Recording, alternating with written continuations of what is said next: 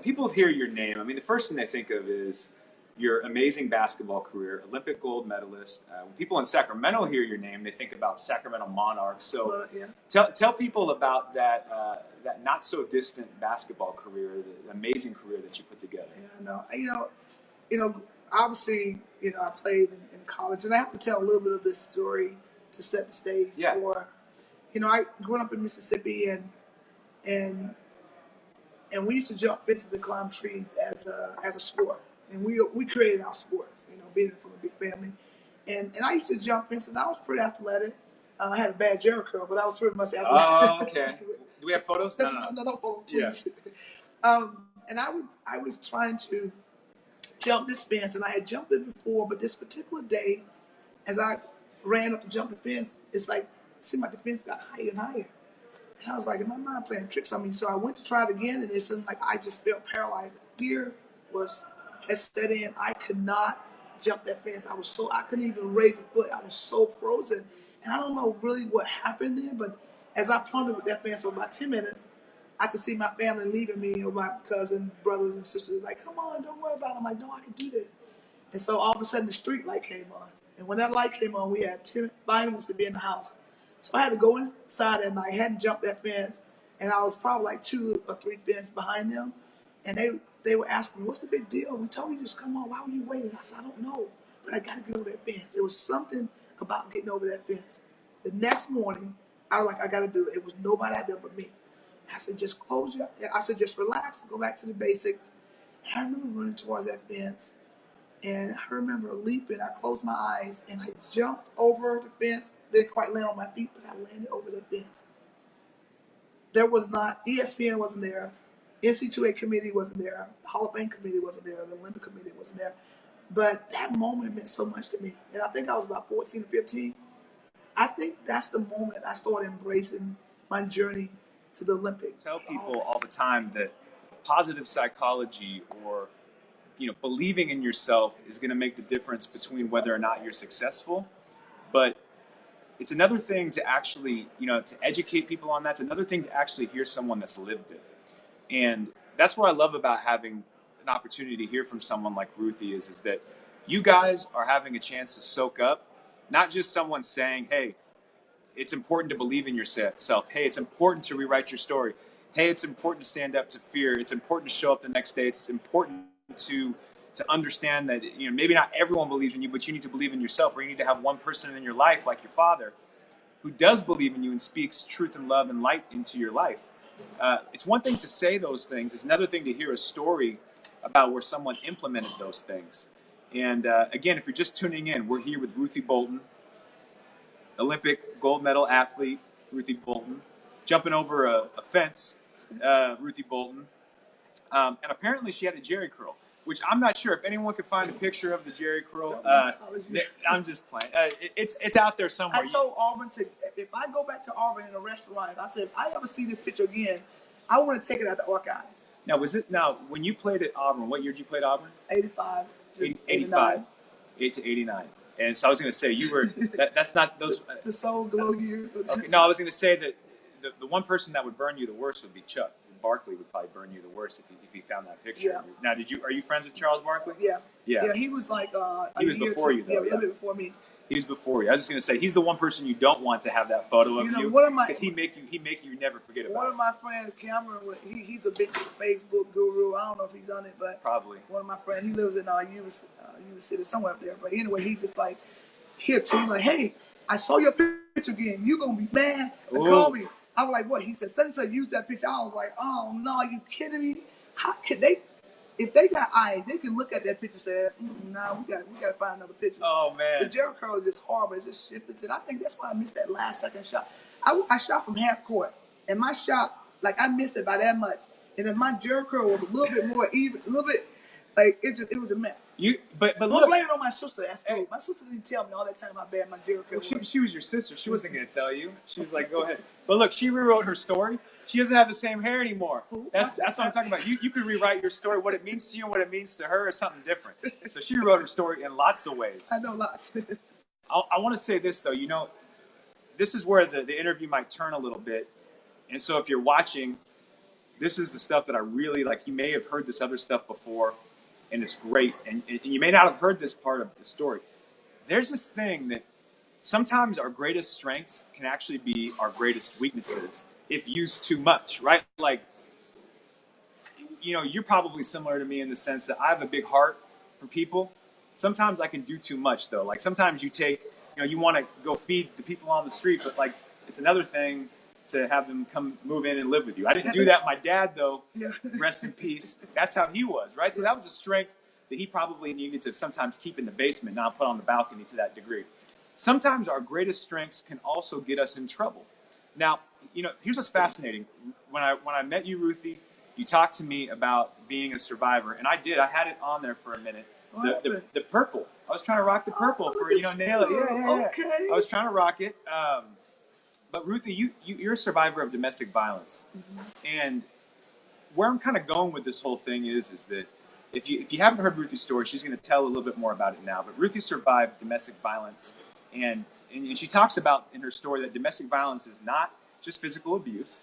It's more than that, right? There's levels of domestic violence. But one of the things that I realized in hearing your story and reading it as I was preparing for today is that this strength that you have always had of never giving up, of if you believe in something, doing everything you can to will it into existence. I remember reading this article and this interview with you where you talked about your relationship with your ex-husband and how there was a time where you realized that maybe you were approaching that relationship kind of like you approached other challenges in life. Like you took a lot of it on yourself, and you fought really hard. Would that? Do you look back and see that? Of course, I'm young. Knew he was my ex was my first, and so I didn't know. The only thing I knew was every phase of my life has been with just getting over that fence, getting on that bus, paying my own way. I've had to work hard for everything I got, and so I'm conditioned in my head that if you work hard, great things happen. So in my marriage, when people found out about it and was telling me to leave, even my counselor was telling me to leave, I'm like, I'm not paying you money to tell me to leave. I'm paying you to tell me how to fix it. Like it wasn't even part of my DNA. I'm like, what about me? You don't understand. I'm like, when people tell me, even some of my family members would talk to me. I actually wouldn't even really answer the phone if someone's called because I'm not a quitter. So that's what I was going to ask you. What did it mean to leave? Did it mean quitting? I felt like a failure for a while. Yeah, I did. Does it still today now? No, it's really, to be honest, even though this happened years ago, I swept it on the rug and said, it's the past. Until I started talking about it the last 3 years, I didn't realize how unhealed I was, and I felt like a failure. That's part of my life that I didn't want to bring up because it reminded me that I failed. Because I told myself, I'm not gonna get divorced. You know what? That to me, divorce is for people that quit, that walk away. Marriage. You just gotta fight, hang in there. I'm used to fighting. I didn't know how to quit. I didn't know how to give up. I didn't know how to walk away. I'm like, think about all those places in my career that I could have walked away, but I persevered. I didn't give up. I defied the perception of people, and I made great things happen. So I'm thinking in my personal life, in spite of what those people are saying, I'm not gonna listen to them. I'm just gonna fight a little bit harder. And I'm like, if I fight a little bit harder, this marriage will work. Every day I woke up, because I'm optimistic too. Every day I woke up, and I'm a woman of faith, is that this is one day closer to it changing. Like it's gonna be a better day. Every day. And I believed it. I believe like it's gonna be. I just gotta hang in there. I don't want to quit. But fast forward, in spite of what happened, when I finally walked away, it was the hardest thing in the world. I didn't know if victory was staying or leaving. I'm just like, I was so torn. Even when I got here, I was here for like a couple of years, and we were going. I was torn going back and forth. It's like I feel like a failure. I don't even feel right playing basketball. Like my marriage, my home isn't right.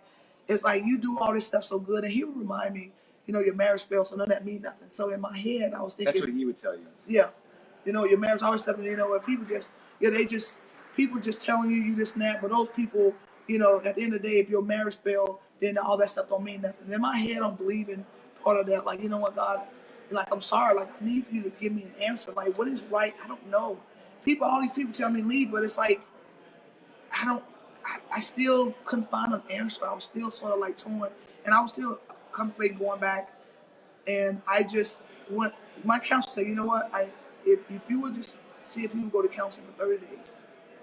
I'm like, in my mind, I'm like, if you would go to counseling for a week, this summer, and still learning about domestic violence and learning about the different layers and different things that involved. And it took me back, and it was really a lot of information, and it was really, it was a lot of triggers that took me back. But I'm really thankful that I decided that ESPN approached me about doing the documentary Mighty Ruthie, because it allowed me an opportunity to share and to heal. Because I actually wasn't going to do it. I said, it's going to be weird. You know, this happened years ago. Why are you talking about it now? That lions don't lie. Don't even. But you know, I prayed about it. And then they asked me, they said, this is your decision, the producers at ESPN. Say, you know what, you could really save a lot of, women life and people. And so when I thought about it, I said, you know what, yeah, it's service above self. I know that this pain that I have. Service above self. Yeah. This pain that I have. This pain that I have, that I got it. I know that God is bigger than any circumstance that I've gone through. But it's like, how can I use what I have and to make it power? How can I use my story to empower not only myself but other people?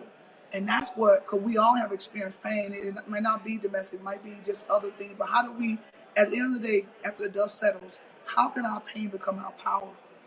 Because how can you use this to elevate you? How can you use this to elevate someone else? How can you use this? Because sometime in life, we go through things, and I don't want to look back years from now. I want every situation, like I learned from my dad. I know I reference my dad a lot. My mom was great too. She was a great cook, great mom, but I reference my dad a lot because I remember things he would say, and he just say, you know what, and in life, like I said, you can't give your power away, and you gotta show gratitude, and you gotta, in everything you do. It's like he said, if you fall down and break one leg, he said, be thankful. I'm like, what? He said, you could have broke two. Right. And I know he was always saying, find a way out. Don't get so caught up in, in like in one part of your life. Like, you know what, God, we're going through a journey, and journey's not always where you're going, but it's how you get there. Right. And so the things I've had to go through, and I look back, I say, you know what? And it's like all the things that have happened. Like, why am I still here? Why have I been blessed to still be where I'm at today? Even after the car accident, I don't think I told you, but I was in a car accident my senior in high school. My dad, we was getting ready to make a left turn, and we was in a hurry as usual. And I remember seeing this 18-wheeler hit us. And I saw it coming. I was just like, oh my! I think I closed my eyes, and the car spun around. The door came off. Wow. And I wasn't in the seatbelt. I was thrown out of the car. Whoa. And they couldn't find me for about 15 minutes. They could not find you? They didn't know where I was. And my dad said that was the one time that he sat there. He said, God, she was getting ready for college. I'd rather you almost have taken me. That's one time he questioned. And they found me in a ditch in my hair. I was laying on a Bible. What? A Bible that had flown out the back one of the car. Because my dad had a lot of Bibles in the car and stuff. And so I look at that, and I spent one night in the hospital. And I remember my brother that was just here. Matter of fact, when I woke up, he was in front of me. He was like, you know who I am? I was like, yeah, Jane. He like, she all right, she's good. But I just think about God gave me another lease on life. I didn't know. He was saying, you ain't going nowhere yet. I got way too many struggles for you to go through, way too many mountains for you to climb, too many valleys. And so I reflected, and I look back on all the things I've had to go through. How can all the pain and all these different crossroads in my life become power for me? And part of it is just being able to share, being able to travel the world, and for U.S. Embassy, go to New Zealand, go to Samoa, go to Georgia, go to Armenia, go to Papua New Guinea, go to all these different places to be able to share that this is what I've been through, but I've learned how to forgive. And that's one of the things that I told ESPN, that if we were going to do this documentary, they had to focus on the importance of forgiveness, forgiving yourself, forgiving whomever, because when you don't forgive, it consumes you, and you become a prisoner of your own emotions. And I know I know my story, and I know what I've been through, and I know some people struggle with forgiveness, but I encourage you to do your best. Forgiveness is for you and not even for that person, because you want, you're mad, you want that person to pay for what they've done, but it's just free you. It's to free you when you forgive. So that's what has helped me. And I feel like I've learned how to soar in these last 3 years for my mindset. and just understanding, like, you know what, that I refuse to let circumstances choke the joy and take away my peace. And that's what I protect. And all what I do as I maneuver through life is how do I protect my peace. And that's what's important to me. And now, and I just, when I go and I do workshop for women, I hear them saying, man, we would never imagine. Even my teammates, they if they had to pick somebody on the team, I would have been the last person, because I don't fit the profile of, I seem strong, I'm confident, but I haven't always been Mighty Ruthie. I've gone through, and so, but now, like I said, I don't have any resentment. I'm forgiveness, and I feel free. I feel like I'm soaring now, and not just flying. I'm soaring through in my purpose. There's so many nuggets in here that Ruthie just mentioned. Man, so many nuggets. One of the things that stands out to me that touches my heart a lot: service over self. And not just the way that she brought up service over self, but the way that she talks about our trials, the things that we go through, the mess that we encounter, that we have to be looking at how can that become a way that we provide service to others. And so as we look at tonight's in a night to encourage you to whatever you're facing, to do like Ruthie did and show up the next day and try to jump over that fence, to show up that next day and face whatever obstacle is in front of you, regardless of what you might think or what others might think about your capabilities. But it's also to ask yourself, what are some of the things that I'm going through today? What are some of the struggles that are providing for me a story for me to tell one day in the future to serve others? And, I think it goes back to that other point that you brought up about forgiveness, that we can't ever, to be in service is to be out of self. Mm-hmm. To be locked in our own emotions is to be locked in self. You'll never be able to serve if you're not able to forgive. It's such a great point. And we don't have to forgive overnight. Part of the abusive cycle is to forgive overnight and move on and act like nothing happened. It's not that kind of forgiveness. No. It's a kind of forgiveness where you become very intentional about protecting your peace. You become very intentional about the quality of relationships that you engage in and what you're worthy of and what's not okay. But it is saying at a certain point that in order for you to get out of your own self and to get out of your own emotions, you may have to forgive. And when you do, you may have to also be vulnerable like Ruthie is being tonight and share your story. Yes, even the parts that are scary, even the parts that you would say, I'd rather leave that part out. Well, guess what? The part that you probably want to edit out is the part that someone's struggling with right now. And I guarantee you don't have to be so bold, but if you want to, go ahead. Like it, wow it, love it, leave a comment. But I guarantee someone right now who's watching this has experienced and survived, or right now is currently surviving and they're watching and they haven't maybe left, as you mentioned, yet. But they're in a relationship that would be classified as abusive. And they're not leaving, or they need to leave, or they already did leave. But someone can relate to that. And again, we wouldn't have this conversation tonight if Ruthie kept it just about all the amazing highlights that she's had in her life. It's through her vulnerability and her willingness to share her story that we're talking about these parts that I think so many people can connect with. I mean, that's got to be something that you probably find now, I imagine more often, that you're talking to women about your own struggles in relationships with domestic violence. There's probably a lot of women that have looked up to you, a lot of men that have looked up to you that go, wow, I never would have thought you would have struggled with that, but there's probably a level of relating to you on a human level that I imagine for people that have never had until now. Yeah, it is. You know what? And when I did the WNBA tour, I went to all the cities and was speaking on domestic violence. And a lot of the girls thought that I was just coming in as a spokesperson. They didn't know when I shared with them. Like there was someone came in and shared the technical or the educational component of domestic violence, and then I came in and shared my story. They thought I would just come just as like a spokesperson, like as a legend. Yeah, like you just got put on that cause. Yeah, put on the cause. Could have been bullying. When I shared my story, they was all like, "No way!" They were so in awe, like, "Wow, we would have never imagined this." And that really it resonated with them because every spot there was like. Some of the places there was like not a dry eye in there. Some of the girls had gone through it themselves. A lot of them knew somebody. It opened up a lot of eyes, and they said, "Man, it doesn't fit the profile. Like we've always, and I actually had reservations about what they're gonna think about me. And but I knew at that point, I said, you know what, I'm going forward with it. But it was completely opposite. They was like, man, we always thought you were strong. They always, are you the strongest girl in the league? But we think that you're even stronger because of coming out and sharing after so many years. Could be like, you know what, I'm not gonna talk about it. But so continue to see how he was empowering women. And I get emails from women saying, thank you for giving me closure. Thank you for giving me strength. I'm like, just sharing my story, just speak it out, giving them strength. I don't feel alone. Like, I feel like you're on our team, that you're encouraging us, that you're lifting us up.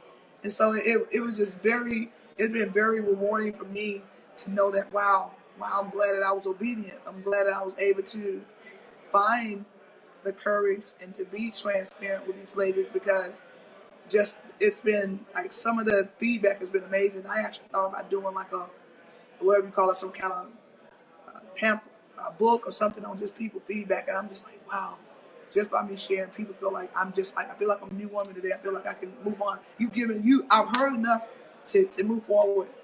Whether that was contemplating going back or whether that was whatever that was, it's been just so uplifting to just be able to hear from them. I've gotten a lot of messages from men that might have daughters that may be going through it, might have a sister, and I got a lot from men that I've talked to men that been abusers that say, you know what, thank you for sharing, bringing light to this. I was wrong. I admit I did this out of insecurity. She had no reason to go through what she went through, and a lot of them talk about that. So being able to hear from that perspective and hear men being honest about it, like, you know what, yeah, I was wrong. Yeah, I was a bully. I was mean. She stayed with me too long. She should have been left. I don't want, because what I do, I say, imagine this.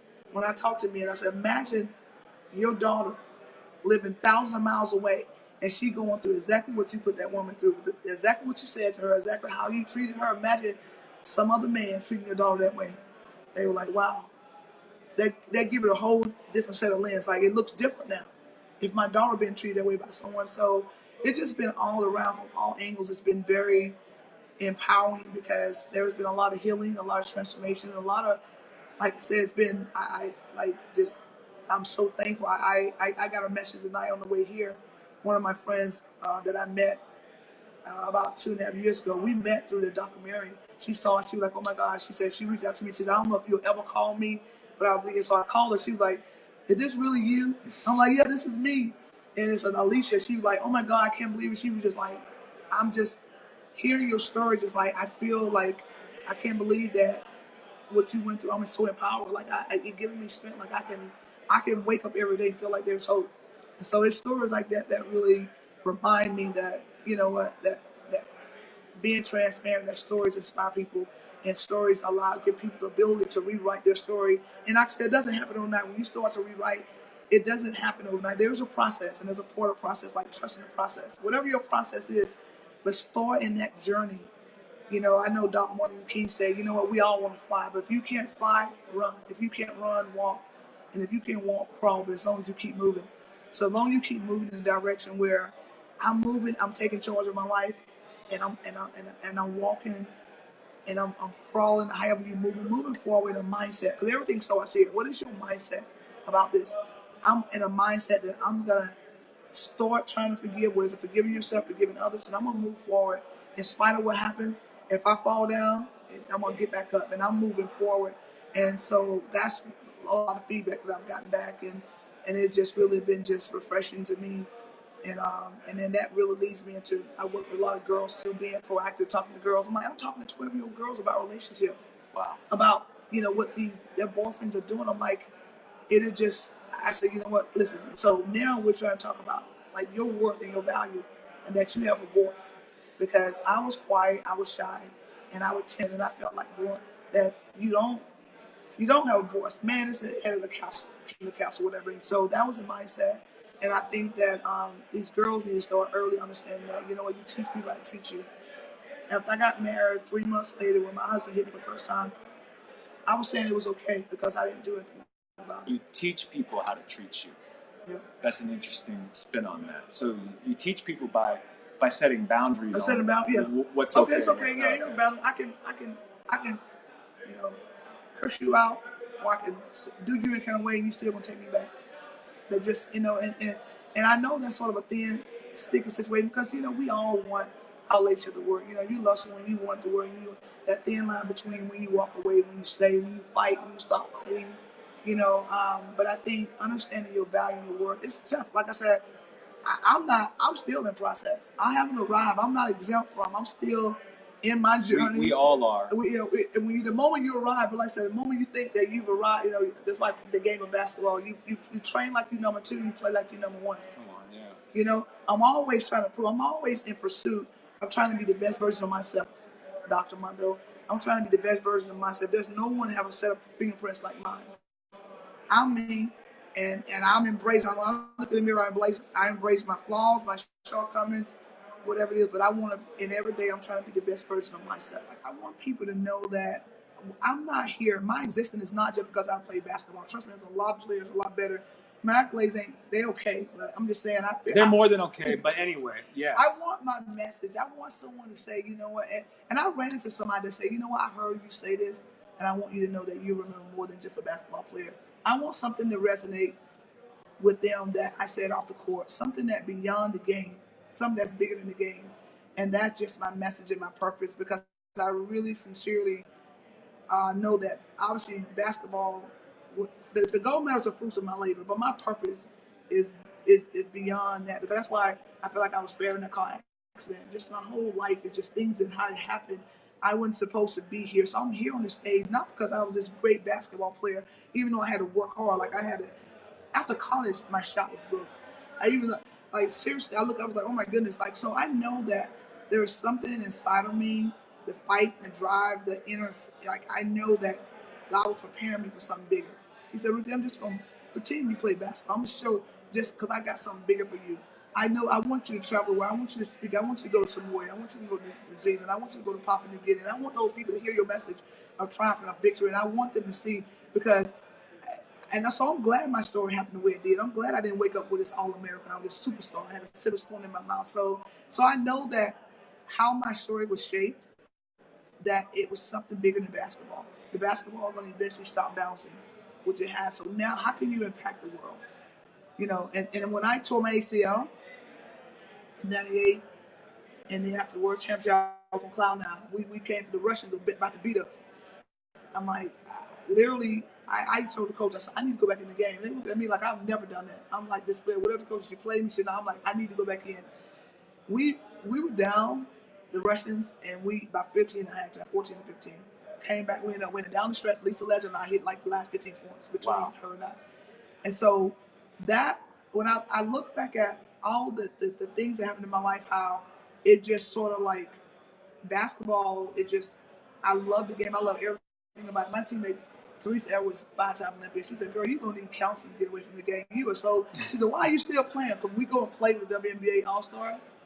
They was like, oh, we go play at the Final Four. And they seem like, why are you still in shape? Like, it ain't even fair. Like, because I still play. That's not all you're doing. They're like, why are you still playing? Right. But I was talking to a coach today,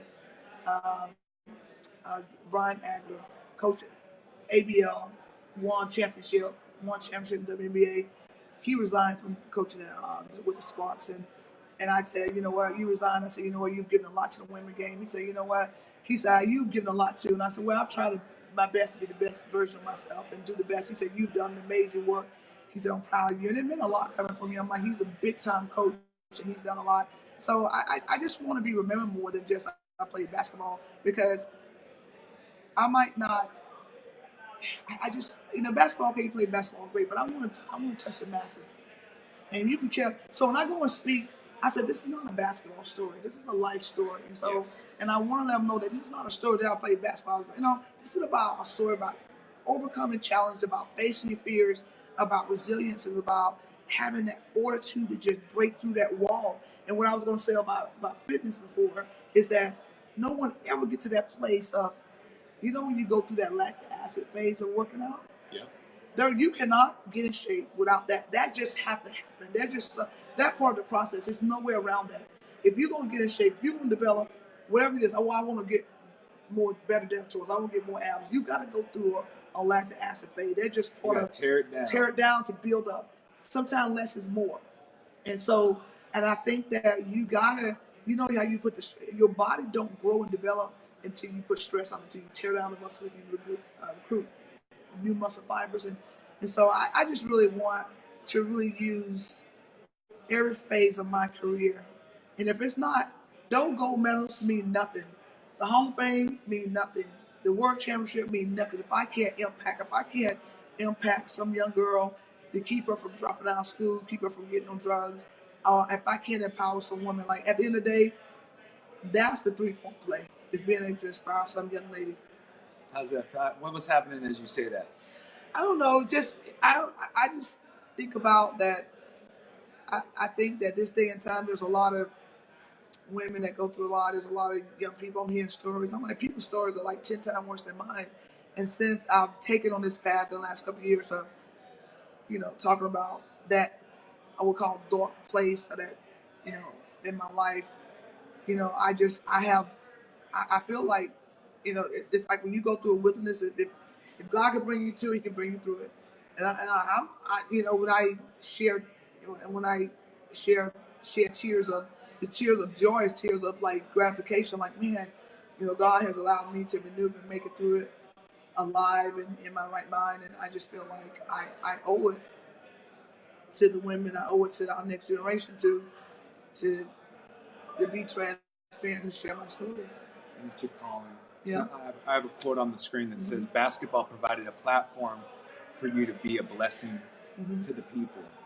And earlier you said it's almost like it's our pressure points of pain that give us connection. You wouldn't have tears. Ruthie has tears in her eyes. She wouldn't have tears in her eyes right now if she didn't have a heart for people and the people that are currently struggling.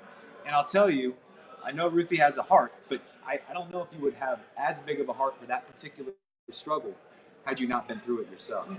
And so this is why, again, some of the things that we've overcome and some of the things that we're working on overcoming eventually could be the thing that we want to tuck away and never tell anyone about, or it could be the thing that we actively start to tell.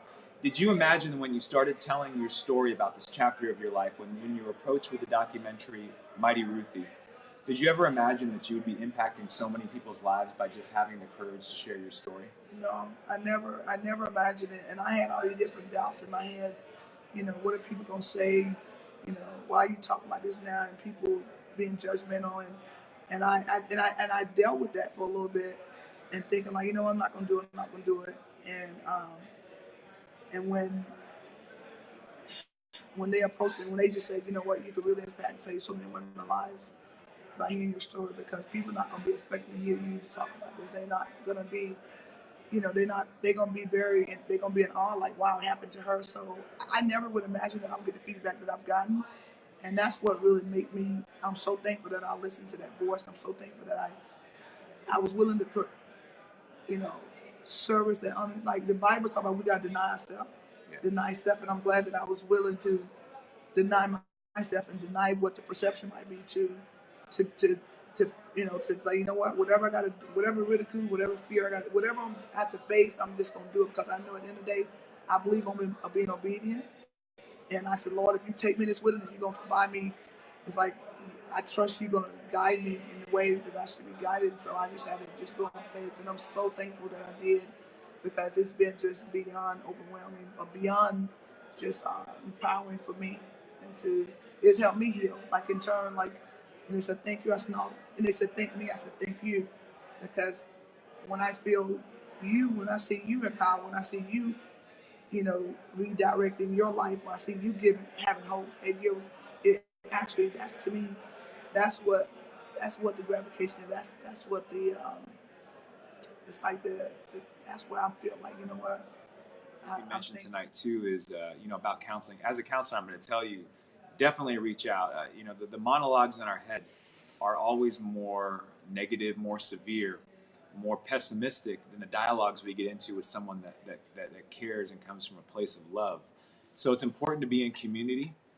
Tonight I hope was an opportunity for you to have some community and some solidarity around some of the struggle of what you're going through. We are talking specifically tonight about lots of things, but particularly domestic violence. It doesn't mean that just, this is a message for people that have gone through domestic violence. This is a message for anyone that is against right now some unsurmountable odds in their mind. Someone that tuned in tonight thinking that things are more hopeless. There was someone by the name of, I'm going to say, do you know this? Do you know the name? Does the name James Bolton ring a bell? That's my brother. That's your brother. Is that what they asked you when you came out of the hospital? Yeah. Yeah. James, like, he's back. Was it James? Was it James? James. There it is. Well, he says right here, the best is yet to come. Oh yeah. So I'm gonna leave that one. And then he has a song called "Count It All Joy." So anybody listening, if you want to hear some inspiring music, I know I saw that. YouTube, James Bolton, "Count It All Joy." He sings a lot of great songs, but "Count It All Joy," and really just trying to find joy and make sure you're protecting your joy and your peace. And that's what it's about at the end of the day. It's having that joy and the peace and knowing that everyone has a right to have their joy and their peace. And you know what I'm saying? So I think that's what it's about. We're in the pursuit of excellence. And that pursuit, to me, I talk about that a lot, pursuit of excellence. That's being in that peace of mind, just like choosing to be joyful and not let circumstances determine whether you're going to be happy or not. Wow. And you know what's amazing? I'm gonna tie everything up with this point too, because you have how amazing. You know, I got 2 kids, and I'm thinking like, wow, I don't have 20, first of all, but to have 20 kids and to have kids that are out sharing love and light and encouragement, like yourself, like James, and that's just 2 of the 20. There's another 18 out there that I'm sure there's some of those 18, maybe not all 18, but you know who you are. There's a lot of the Boltons out there doing good and spreading love. And one of the things I want to also say is that we talk so much about rewriting our stories. We talk about the shirt you guys have seen. Ruthie has a shirt. She's worn it. That talks about, knowing that you're worthy, knowing that you're lovable, knowing that you're enough, knowing that you're evolving, knowing that you're stronger, knowing that you're not defined by any number, whether it's a field goal percentage, a weight, a number on a scale, money in a bank account. You're not defined by those things, and you are rewriting your story. We talk about you defining what your story is and taking back the pen. One of the things we often don't talk about is the important role of co-authors. There are some people in your life that never should be a co-author. There are some people in Ruthie's life that she mentioned tonight that never should have had the opportunity to be a co-author in her life. They said things, they spoke things over her, they put labels on her that just never should have been there in the first place. They didn't deserve to be. But I also want to highlight something we don't often highlight, which is the role of the positive co-author. There are people in our lives that sometimes, when no one else sees what we're capable of, they're sitting there and they're reminding us what we're capable of. There are times when we may even, like Ruthie did with her father, question, is this just because you're my dad that you're saying this? Or is it truly like, do you even remember my name? There'll be times where we question those co-authors. Sometimes it's easier to take the negative co-authors' words and incorporate those into our story than it is the positive co-authors. But what I want to remind you here tonight is that it's very important to make time to acknowledge the positive co-authors. Right now, there's someone in your life that believes in you. There's someone in your life that knows that you're capable of doing something that you don't believe you're capable of doing. And I want you to think about those people tonight. I want you to reach out to them if they're still got breath in their lungs. And I want you to reach out to them tonight and say thank you. Because that relationship is incredibly important to nourish and to continue to keep going. The other thing I want to tell you is this. You may be the positive co-author in someone's life. You may be. And they may have never told you or acknowledged how important that is to you. Fathers, mothers, if you have kids, you have the opportunity right now to speak life into your kids in a way where one day they can be all grown up, having accomplished so much like Ruthie has, and be recounting your words one day, even in the midst of so many other words that came across them. Speak those words of encouragement so often that it sows deep seeds which build deep roots, which eventually grow and bear fruit. And the fruit may be Olympic gold medals, or the fruit simply may be passing on wisdom and principle that goes from one generation to the next and the next. And I would argue that as great as the gold is, there's more gold to be found in those principles and that wisdom. And I bring all of that back to say this, that regardless of whether you've had one positive co-author or hundreds, I think it's beautiful that even though Ruthie's father isn't here with us tonight, there's still a father's voice that she allows to guide her. And it surely is the voice of her biological father, and it also is the voice of her Father in heaven. And I just want to say that there's been pivotal moments in Ruthie's life I've heard tonight that would not have happened if it wouldn't have been quieting herself and listening to the Father in heaven's voice. Sometimes, we don't have people around us that we can recount or that are available to speak love and encouragement into our lives, but we have to go to that spiritual place. So I'm going to tell you right now, for some of you, as you know, this is not a show where we do like an altar call by any means, but there's two people that truly believe that there is a Father that loves you. And I just be remiss to not give him some glory tonight and say, look, that same Father that speaks to Ruthie is the same Father that speaks to me. And it's the same Father that could be speaking to you. And if you don't believe me, that's okay. But I challenge you to go spend some quiet time listening to that voice from within. And whatever you call it, there's a voice of love that's inside trying to tell you who you are and what you're worthy of. And I implore you to listen to that voice. I implore you that if you're going to have a biography and not an autobiography, that at least make the co-author of your story